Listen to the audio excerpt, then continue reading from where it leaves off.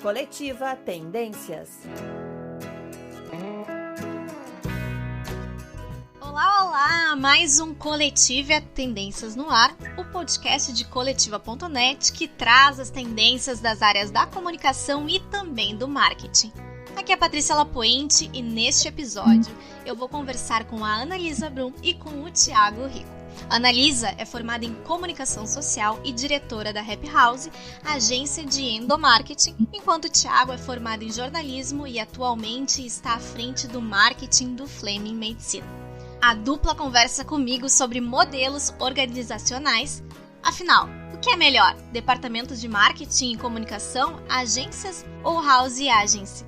O Coletiva Tendências tem edição e pós-produção da Padrim Conteúdo e você pode acessar as redes do selo Tendências pelo @Revista Tendências, tudo junto. A gente tá também repleto de conteúdo lá nas nossas redes sociais do Coletiva.net, no Facebook e no Instagram. Este podcast tem o apoio do Grupo Maven, sua fonte de conteúdo digital e privacidade de dados. Chega de papo então, é hora de chamar os nossos convidados. Annalisa, é um prazer te receber por aqui. Igualmente, Patrícia, da mesma forma. Thiago, seja bem-vindo ao nosso podcast. Muito obrigado, um privilégio estar com vocês hoje aqui. Antes da gente começar, então, eu vou pedir para vocês se apresentarem e contarem brevemente um pouquinho da trajetória profissional. Bom, então vou começar. Eu sou Annalisa, eu tenho aí mais de 30 anos de experiência em comunicação, quase 40, na verdade, porque eu entrei no mercado da comunicação com 18 anos, já tenho 57, então realmente faz muitos anos. Eu me especializei em comunicação interna e endomarketing, tenho trabalhado com isso nos últimos 20 anos, dirijo a Happy House, que é uma agência que atende grandes empresas nessa área, e sou autora de 8 livros sobre endomarketing. Estou, nesse momento de pandemia, escrevendo o 9º livro. Tá certo. E tu, Thiago, te apresenta um pouquinho. Claro. Bom, então eu sou jornalista, tenho especialização em marketing estratégico, terminei recentemente um mestrado em comunicação e minha trajetória sempre, embora jornalista, sempre foi em organizações também. Então eu tenho aí um pouco menos experiência do que a Annalisa. Eu estou há 14 anos no mercado, trabalhando então principalmente em instituições de ensino, passei pela educação básica, ensino superior. Hoje eu estou com cursos livres, né, que é o caso do Fleming Medicina. Estou me aventurando como professor também. Enfim, eu sou apaixonado por comunicação, por pessoas. Está sendo muito legal bater um papo também com a Annalisa, que foi uma fonte minha de aprendizado por muito tempo, continua sendo, né? Tem uns livros da Annalisa aqui em casa, inclusive. Que honra! Gente, para começar, então, eu queria entender um pouquinho e pedir para vocês explicarem o que é um departamento de comunicação e marketing, o que é uma agência tradicional e o que é uma house e agency. Eu entendo como departamento de comunicação e de marketing uma área com profissionais que pensam e que planejam o marketing e a comunicação de uma área, de uma empresa. Uma agência é um fornecedor, um prestador de serviços especializado em alguma coisa, né? Porque hoje existem agências diversas especializadas em várias áreas aí do marketing. E house é quando a empresa desiste de ter uma agência, eu pelo menos enxergo assim, e acredita que ter profissionais, né, de criação dentro da própria empresa possa, com isso, agilizar e tornar um pouco mais barato, talvez, o processo. Eu concordo com a Annalisa, acho que é isso mesmo. Assim, acho que por muito tempo até as agências tinham todas as especialidades dentro delas. Depois de um tempo, acho que elas foram se especializando, né, e separando. Hoje até eu vejo um movimento que as agências voltaram a ser um pouco de tudo, né? Mas acho que nesse meio tempo eu vejo também as organizações se organizando para ter algumas especialidades dentro delas, né? Eu acho que é aí que surge essa ideia de ter agência interna ou ter uma contratação de freelancers, né?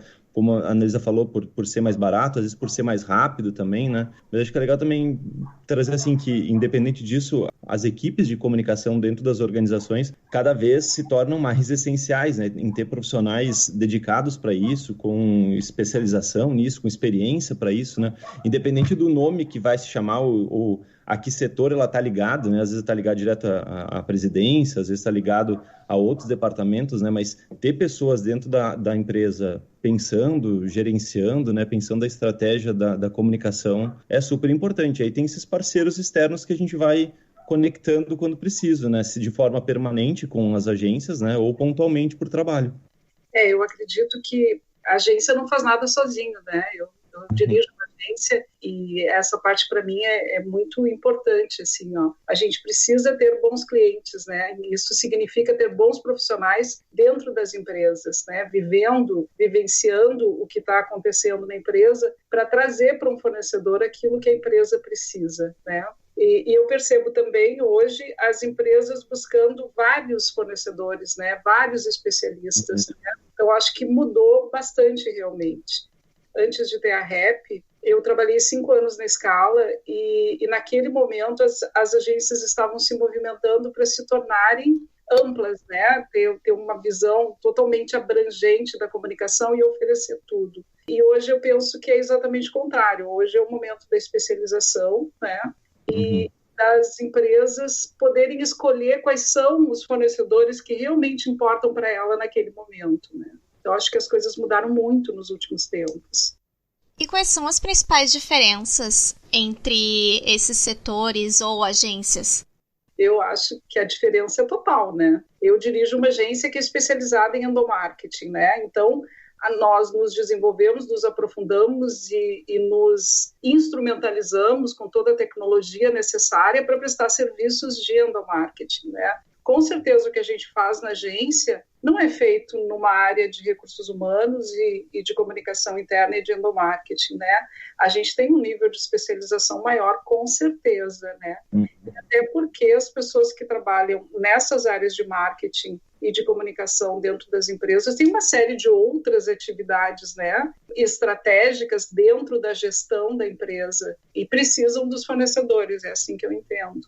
Eu estando do outro lado do balcão, né, é exatamente isso, assim, a gente estava falando antes que pode ser mais barato, mas na verdade ter profissionais super especializados dentro das empresas não é necessariamente barato, né, pelo contrário, a gente quer que os nossos colegas e nós mesmos sejamos valorizados pelo que a gente entrega, mas com certeza dentro da empresa a gente tem tanta coisa para fazer ao mesmo tempo que é difícil ter uma pessoa especialista em endo com a formação que os profissionais que estão dentro de uma agência têm, né? Porque, afinal, eles vivem isso há muitos anos, com vários clientes diferentes, já sabem o que deu certo, já sabem o que deu errado. Então, acho que esse é um ponto que difere bastante, assim, com certeza, né? E eu acho que, assim, também depende muito do tamanho da empresa, do quanto a empresa tem esse olhar para a cultura da comunicação dentro da empresa, né? Porque, por vezes, é isso, assim, a empresa é grande, mas não valoriza e acaba tendo uma equipe muito enxuta que não dá conta.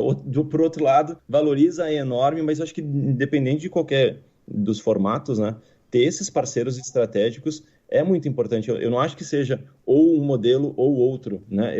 No tempo todo que eu trabalhei com comunicação, não acho que seja uma ruptura, assim. Eu acho que é um trabalho muito em parceria mesmo. Claro, acho que o que passa pela cabeça, assim, é aqueles contratos fixos eternos com as agências. Acho que isso vem mudando bastante, né? De ser uma contratação mais pontual por especialidade, que pode ser bastante duradouro, né? Até porque comunicação não é um trabalho específico, né? Tu não vai contratar um trabalho para mudar a cultura organizacional da tua empresa que dure um mês, né? É um trabalho de longo prazo, assessoria de imprensa também, né? Então, acho que ter esses parceiros de longo prazo tem um resultado mais efetivo, né? Do que um trabalho pontual. Então, acho que estão aí mais algumas diferenças, né? E tem um fator, Tiago, que eu acho que se fala muito neste assunto, mas pouca gente toca no fator benchmarking. A experiência que a agência tem, atendendo os mais diversos segmentos, jamais se iguala à experiência de um profissional que está focado no mesmo segmento, às vezes já há alguns anos, né? Eu sempre digo que o cliente que contrata a REP, ele contrata a possibilidade de conhecer o que outras empresas estão fazendo no mercado, né?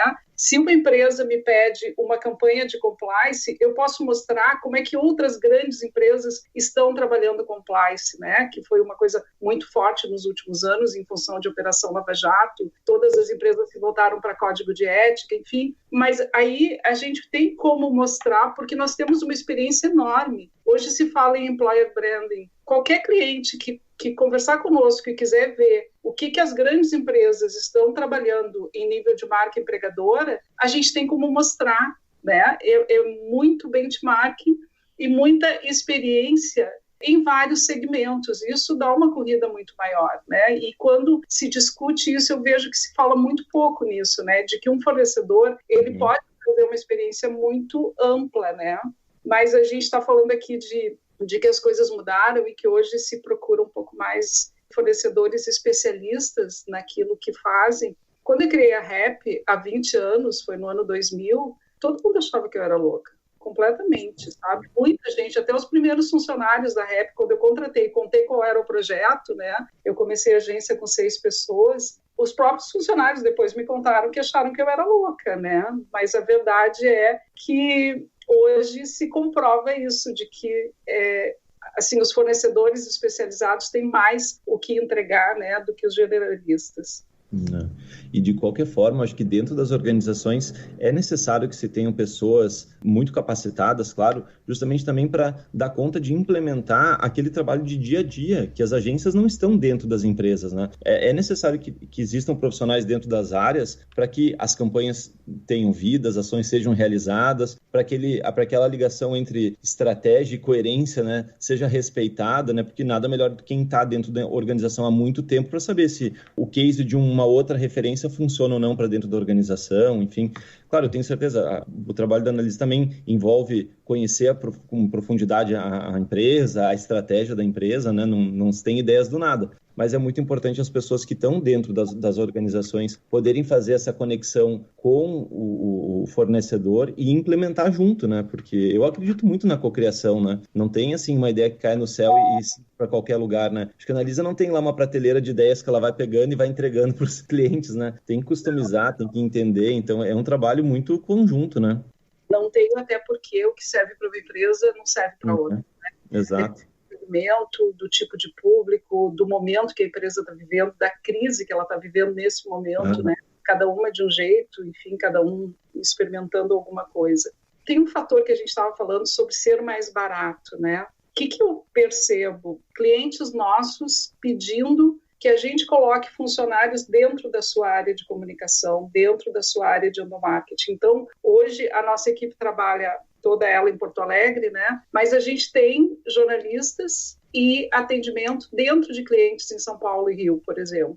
Então, assim, no contrato pedem um jornalista para trabalhar lá dentro, para estar mais no dia a dia, mas ao mesmo tempo ter uma ligação com a agência. Mas eu percebo que isso também é solicitado muitas vezes, porque como as áreas têm um limite de profissionais para criar, para contratar, muitas vezes pedem para a agência colocar um profissional lá para não aumentar, né? Então é muito discutível essa questão do ser mais barato, né? É bastante discutível ainda. Isso é outra coisa que não se coloca quando se discute ter uma house ou não ter uma house. Se eu fosse empresária, eu não teria uma house.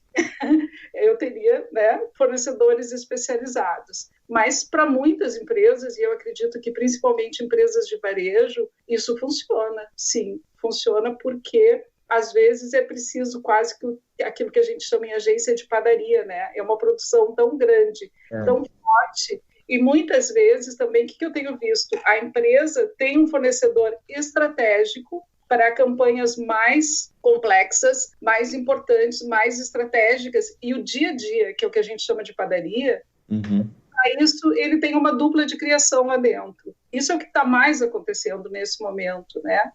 Negociar para que o contrato seja mais estratégico e cumprir com essa parte que não vale a pena contratar com uma dupla de criação lá dentro.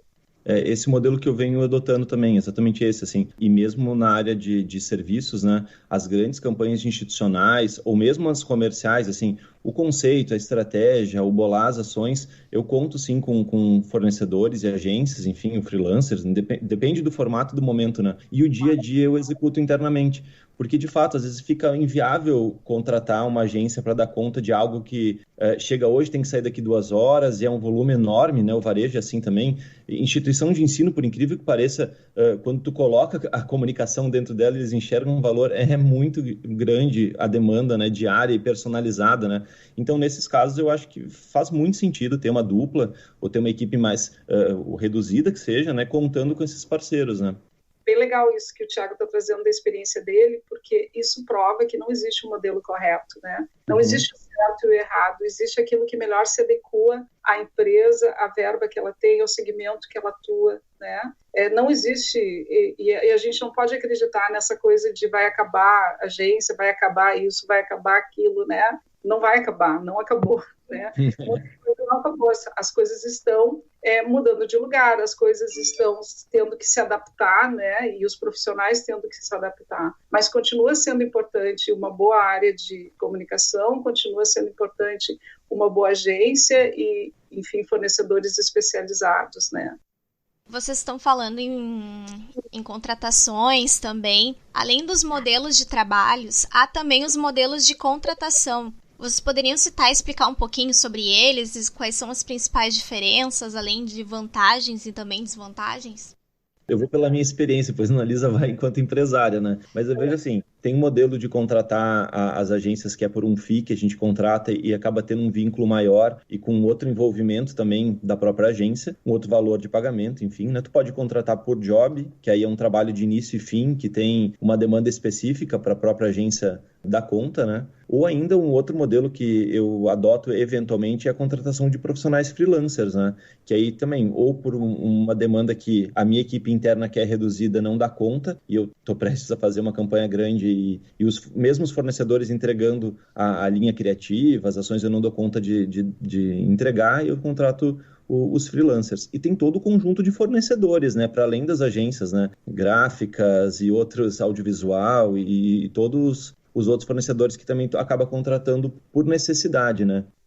Só para complementar, assim, Patrícia e Thiago, a verdade é que o mercado mudou nisso também, né? Quando eu comecei a agência lá em 2000, eu me lembro que no terceiro mês eu me dei conta que ou eu cobrava por fixo mensal ou eu não ia durar um ano, né? E naquela época saiu uma reportagem de capa na Veja que dizia que as empresas que estavam sendo criadas não passavam do 5º ano, e eu fiquei muito apavorada, né?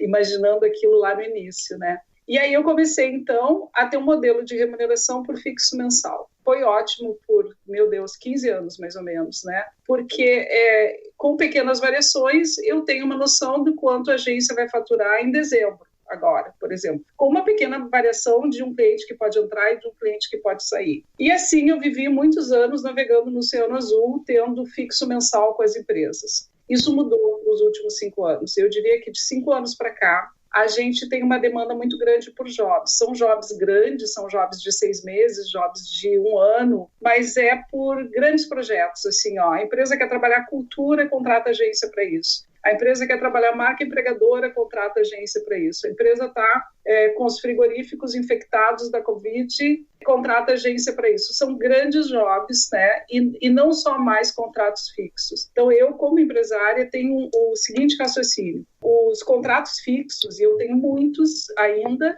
Por exemplo, a Renner é uma empresa que está conosco há 20 anos. Nós temos um contrato de 20 anos com a Renner já. Né? Então, assim, tem os contratos fixos e isso é uma segurança e eu quero que continue existindo porque é o que mantém, né, o custo fixo da agência. E os jobs eu classifico como lucro e como aquilo que a gente pode reinvestir. Mas isso foi começando pequenininho, então era assim, 95% de fixo e 5% de job. Hoje eu diria para vocês que já é 60-40. As empresas estão com um modelo de contratação diferente. Mas por quê? Porque os orçamentos estão muito apertados. Então, nos últimos anos, a cada ano, os executivos têm o desafio de manter o mesmo orçamento ou diminuir 10%, 20%, 30%. Aí o executivo ele tem que se virar para conseguir fazer o que a empresa espera dele com a verba que ele tem. Então, muitas vezes, não vale a pena contratar uma agência por fixo mensal e, muitas vezes, esse executivo, ele pega, além da sua verba de comunicação e de marketing, verba das áreas. Por exemplo, a área de RH, que é uma grande campanha, né? Então, eu negocio uma verba lá com a área de RH. Vejam como tudo isso mudou, né? Sim. Eu acho que a maior prova de que as coisas mudaram em termos de remuneração, né, foi que, no passado, as empresas produziam via agência. Então, a área de produção da Rap tinha 10 pessoas. Hoje tem 2. Por quê? porque as áreas de suprimentos, as áreas de compra se tornaram importantes dentro das empresas, ganharam uma importância muito maior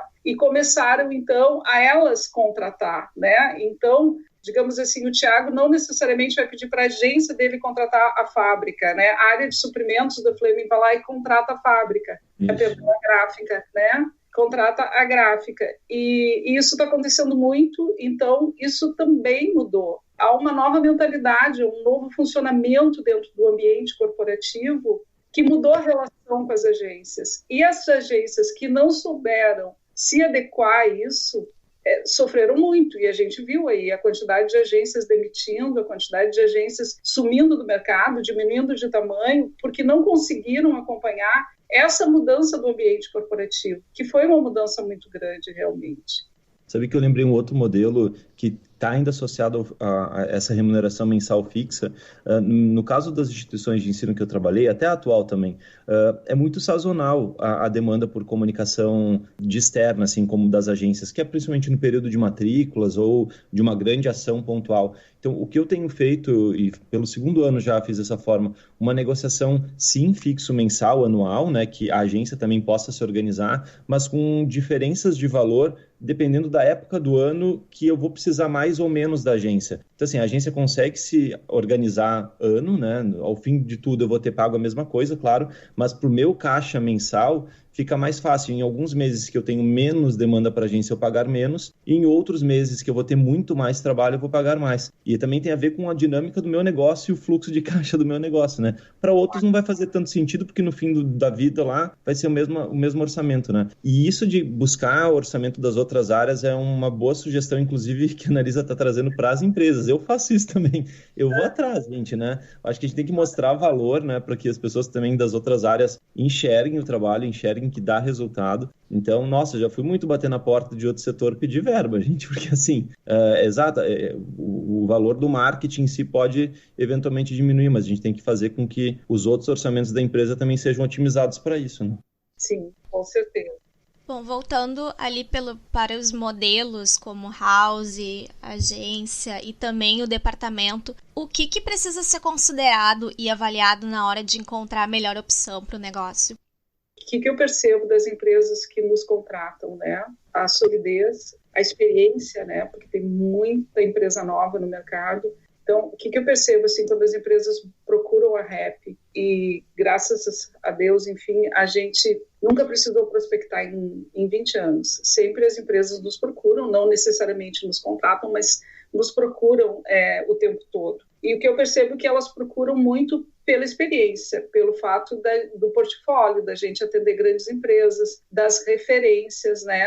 E muito da nossa presença nas redes sociais mostrando conteúdo, né? Muito do quanto nós somos capazes ou não de mostrar que somos especialistas naquilo e que sabemos fazer aquilo, né? Então, eu acho que a experiência conta muito, o portfólio conta muito, cases conta muito, né?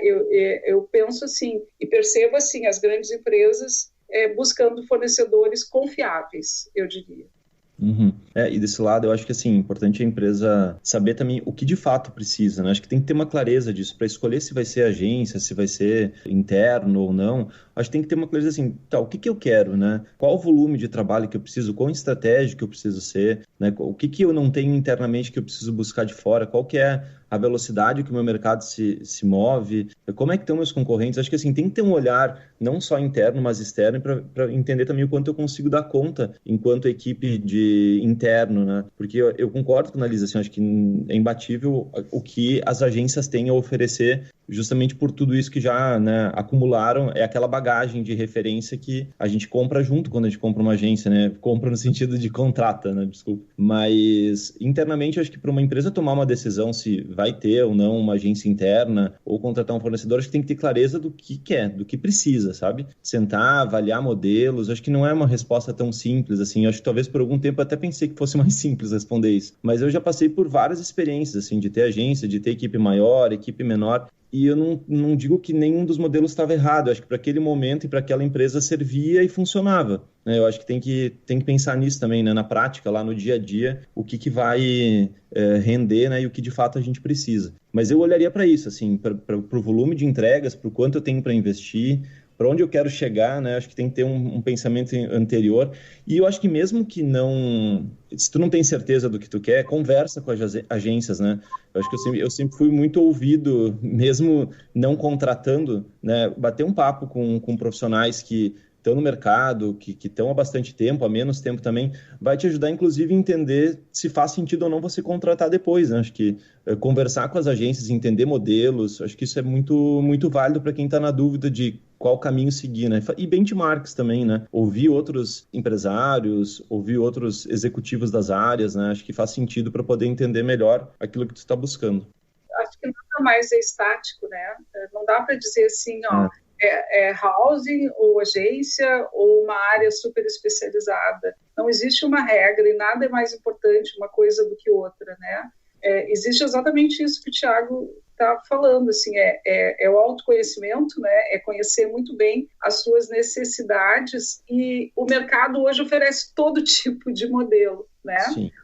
A gente pode ir lá e contratar um professor da SPM, ele fazer todo um planejamento fantástico, aí depois a gente contrata uma agência para executar, quer dizer, tem várias formas, vários formatos, né? Não tem uma regra, e eu não gosto muito realmente dessa coisa de dizer que tal coisa vai acabar, que tal coisa não é mais assim, que isso não vai mais existir, porque, voltando ao que eu disse, né? Quando eu criei a REP há 20 anos, eu fui considerada louca. Hoje, né? As agências que têm mais demanda nesse período de crise são as agências de endomarketing. A gente não pode realmente dizer isso sim, isso não. Eu acho que tudo é uma questão de adaptação e de um olhar muito, muito atento para as mudanças, né? Eu acho que as agências que se deram mal nos últimos anos foi porque não entenderam que as empresas estavam mudando muito, né? Não foram para dentro das empresas entender que mudanças são essas, né? Como é que elas se movimentam agora? Porque este movimento é diferente. Se a gente conversasse há 10 anos atrás com o Thiago, talvez o discurso dele fosse diferente, talvez a percepção, o pensamento dele fosse diferente, né? Hoje já não é. Hoje a gente está aí num mercado extremamente dinâmico, onde as mídias mudaram completamente, né? E o valor também, o valor das coisas foi alterado, né? Então, de novo, não existe o certo e o errado. Claro que a gente percebe tendências, né? Então, assim, eu percebi nos últimos anos uma tendência de clientes nossos quererem ter uma dupla de criação lá dentro, contratado por eles para fazer o que é mais rápido e manter uma tendência com um penso mais estratégico. Percebi nos últimos anos também as empresas querendo ter um jornalista na sua equipe lá para fazer os textos de comunicação interna, né? E esse jornalista ser colocado pela agência lá dentro.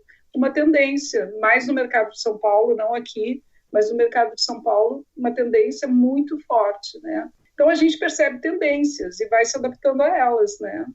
Falando em tendências, hoje um termo que muito se utiliza, muito se fala é a Agência 360, que trabalha para solucionar os clientes questões internas, externas, digitais, além das assessorias de imprensa. O que vocês pensam sobre isso? Eu tendo a achar que quem diz que sabe tudo não é especialista em nada, né? É meio forte assim, mas é que o que acontece, quando tu tem, eu acho que as agências são feitas por pessoas. Uma agência 360 vai ter que ter muitas pessoas especialistas em muitas coisas. Eu não sei se todas conseguem ser. Acho que isso assim pode ser uma tendência de grandes agências em grandes centros que eu não vi ainda um modelo que eu possa citar aqui ou que eu tenha visto dar certo, mas claro, é uma questão que às vezes fica mais fácil para o cliente ter uma agência que resolva tudo. O digital, o on, o off, o interno, a assessoria de imprensa, eu pago uma vez só, faço uma reunião com um atendimento só e resolve. Mas eu, Thiago, não vejo esse modelo dar certo nas experiências que eu tive e eu não sei hoje quais são as que estão prontas para isso, né? Então, justamente para aquilo que eu falei, assim, pelo nível de necessidade de especialização que uma agência 360 precisa. É que às vezes uma agência 360 são 3 pessoas, né, que dão conta de tudo. 3 pessoas e que vão subcontratar, né? Isso. Eu penso que esse conceito de 360, ele não é uma tendência. Esse conceito começou a ser falado há 15 anos, né? Quando eu montei a REP, já tinha essa tendência das agências se mostrarem donas de todos os conhecimentos, né? De podendo apresentar tudo. E isso se intensificou nos últimos anos. Eu acho que a tendência agora é muito mais a especialização, é ter fornecedores pequenos e especializados, do que agências 360. Mas claro que eu acredito que as agências, na ânsia de se manter no mercado, né? De manter suas estruturas grandes, não é fácil manter uma estrutura de agência grande. Nós temos 70 empregados hoje, não é fácil levar isso para frente, né? Então, na ânsia de manter suas estruturas e de se manter no mercado, as agências começaram a falar em 360, né? Embora esse discurso seja antigo, mas a tendência hoje são empresas especializadas, né? O que eu percebi na minha área, assim? Eu percebi as agências como um todo colocando no seu portfólio, lá no seu site, que fazem endomarketing. Eu percebi em todas, né? Isso me assustou no primeiro momento, me assustou, mas não mais, sabe? Não mais porque a empresa que realmente investe em endomarketing, ela quer uma agência especializada. E quando ela pede endomarketing para sua agência externa, ela se frustra, porque a linguagem não é a que ela gostaria, e aí ela vem para uma agência interna, né? Mas isso de todas as agências colocarem endomarketing no seu site, lá, dizendo o que fazem, é esse movimento, né? De eu também faço, né? Para pegar o mercado, né? Então, eu acho que não é um discurso novo, é um discurso bem antigo, né? E que não é o que as empresas estão contratando. Eu não vejo empresas que realmente investem em endomarketing contratando uma única agência para fazer tudo. Não vejo mesmo, né? Nem aqui, nem no mercado nacional, enfim. Eu tenho uma visão muito curta sobre o Rio Grande do Sul, porque a gente tem 3 clientes só aqui, né? Mas no mercado de São Paulo e Rio, as que investem e buscam empresas especializadas. E aí eu acho que no digital e numa série de outras especialidades aí que eu não domino, as empresas estão querendo profissionais que sejam realmente especializados, né? E se a gente for falar em contratação de profissionais, né? Eu penso que aí sim o generalista, né?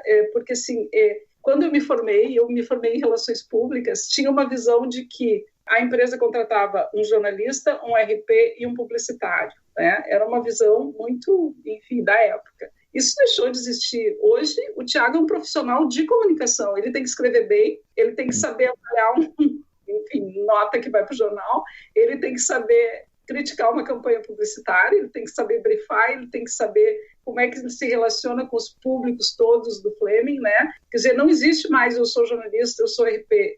E quando eu vou contratar lá na REP, juro para vocês, o que menos me importa é qual é a área da comunicação que aquela pessoa cursou, porque eu quero que ela entenda de tudo, eu quero que ela consiga, né, atuar e ver a comunicação como um todo, porque ela tem que fazer comunicação interna com foco na estratégia do cliente para o externo, né? O que esse cliente está falando para fora e como é que eu vou falar para dentro. Tem uma conexão muito grande. Então, hoje, os profissionais de comunicação e de marketing que as empresas procuram são aqueles que dominam tudo e, de preferência, com pensamento digital, né? Porque digital não é só tecnologia, digital é como a pessoa pensa, né? Eu acho que, em termos de contratação de pessoal, é por aí.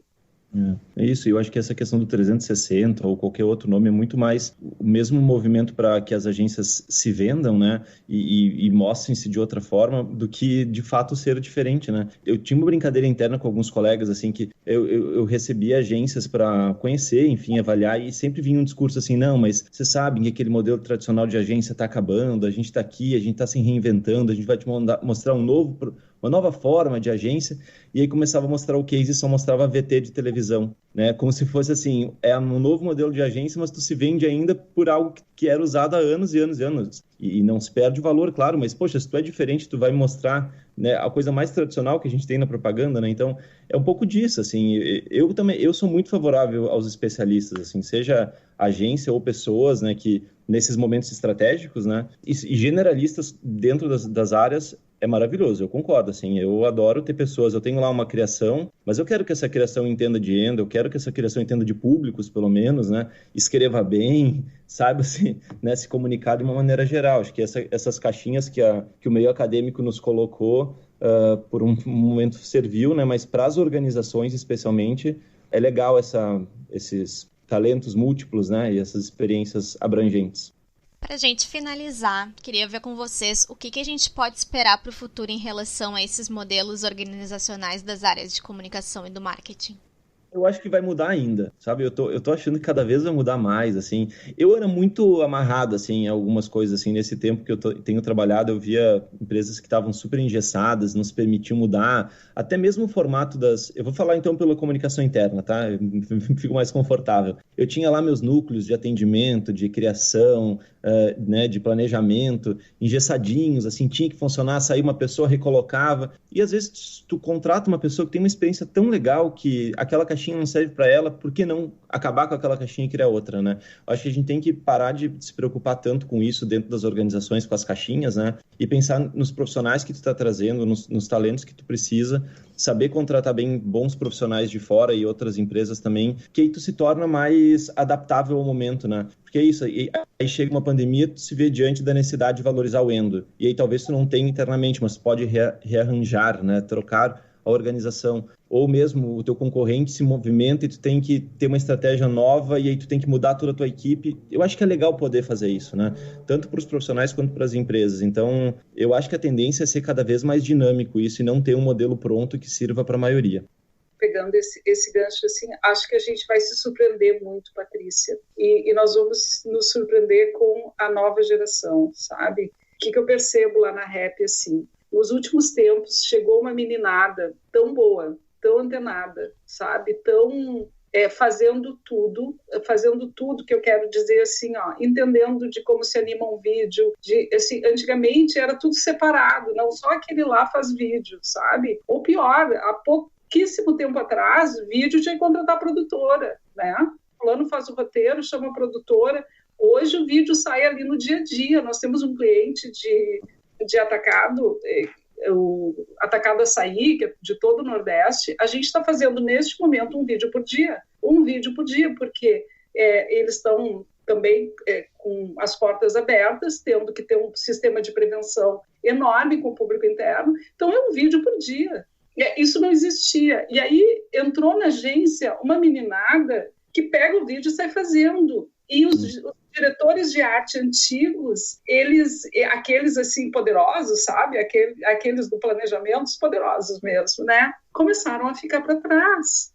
Aí o cara é ilustrador, ok, mas neste momento era muito legal ser ilustrador. Nesse momento já não é um diferencial tão grande. Nesse momento a gente precisa que domine as tecnologias, que faça games. A gente faz games, quiz o tempo todo dentro da agência. Antes a gente tinha que contratar fornecedor para isso, né? Então eu acho que a gente vai... o futuro está na gente se surpreender como uma tecnologia e uma capacidade muito mais rápida dessas pessoas de assimilar o que tem de novo e já colocar em prática, sabe? E eu percebo profissionais de comunicação antigos muito assustados com o que está acontecendo e se dando conta que tem que se virar e procurar referências e fazer cursos e aprender a mexer nesse monte de coisas novas, porque é muito rápido, está sendo muito rápido. Eu tenho uma filha que está desde os 17 anos na Rap, ela fez a administração de empresas, ela não quis fazer comunicação,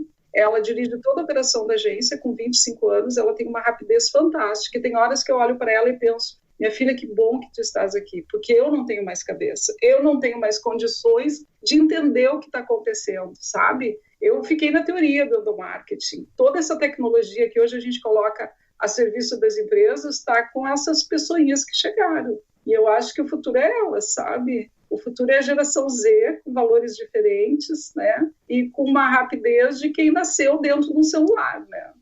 Eu gosto sempre de pedir para os convidados indicarem alguma referência para quem se interessou pelo assunto, seja um livro ou um podcast, um filme, uma série, enfim, algo que vocês acharem bacana do pessoal conferir.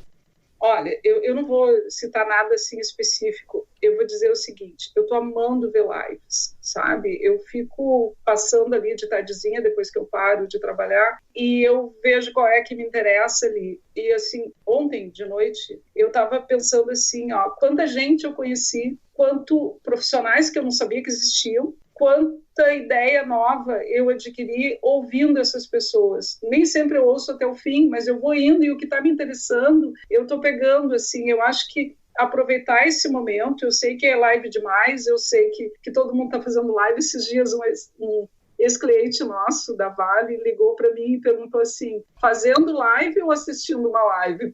Brincadeiras à parte, eu acho que esse momento é um momento muito rico de aprender com quem está no mercado, de captar novas ideias, de conhecer gente nova, sabe? Por incrível que pareça, a gente está dentro de casa e conhecendo gente nova por meio da tecnologia, né? É essa dica que eu deixo, assim, aproveitem. Eu gosto muito também de seguir profissionais falando da comunicação interna, né? Seguir profissionais que atuam no mercado. Acho que esses benchmarks, tu não precisa ir até a empresa necessariamente, mas está aí o profissional no LinkedIn compartilhando experiências, né? É fantástico. Então, tenha um bom catálogo de pessoas para se inspirar no próprio LinkedIn, né? Recorra também a cases. Eu acho que isso é muito legal, assim, enxergar cases que deram certo. Tem pouco case que deu errado, né? Mas tenta procurar o que acontece, né? Tem aí associações que publicam, a própria Aberge ou a própria Coletiva coloca vários cases de empresas e das agências também que atendem os clientes, né? Então, eu acho que é legal, assim, para a gente poder entender de modelos, a gente tem que olhar para fora, assim, porque eu, por muito tempo, também fiquei muito olhando para dentro e a gente acaba olhando só para nossa cultura e não olha ali o vizinho, né? E como agora tá mais fácil olhar o vizinho, né? O vizinho de super longe está muito perto. Então, a minha sugestão é essa, assim, procure um bom grupo de pessoas para seguir, um bom grupo de empresas, profissionais que tu admira, né? E também recorra a cases. Eu acho, assim, que tem um repositório de cases muito bom na internet. Sugiro a Berge, que é um lugar que tem cases de grandes empresas e outras que estão há bastante tempo criando comunicação, fazendo em todos os segmentos, né? Que tu vai se inspirar bastante. Então tá, gente. Muito obrigada pela participação de vocês. Nós é que agradecemos, né? Eu me sinto muito honrada, assim. Admiro a Coletiva e fico feliz quando vocês me procuram, né? Eu também, muito obrigado. Acho que aqui cada dia a gente aprende, né? Nas conversas e nas trocas, né? Como eu falei, a Annalisa já tinha lido, né, bastante e aprendido, e aqui nesses momentos a gente volta a aprender também. Então, obrigado aí pela oportunidade. Bom, a gente está encerrando então mais um Coletiva Tendências. Estes foram a Annalisa Brum e Thiago Rigo falando sobre modelos organizacionais. Lembrando sempre que este podcast é produzido por Coletiva.net com a edição da Padrim Conteúdo. Não se esqueçam de acessar nossas redes. Estamos no Instagram e no Facebook pelo @Revista Tendências, tudo junto. E para quem desejar saber mais sobre o nosso portal, pode acessá-lo em www.coletiva.net. Além de também conferir nossas redes. Estamos no Facebook, Instagram e Twitter. Até mais, gente. Tchau, tchau.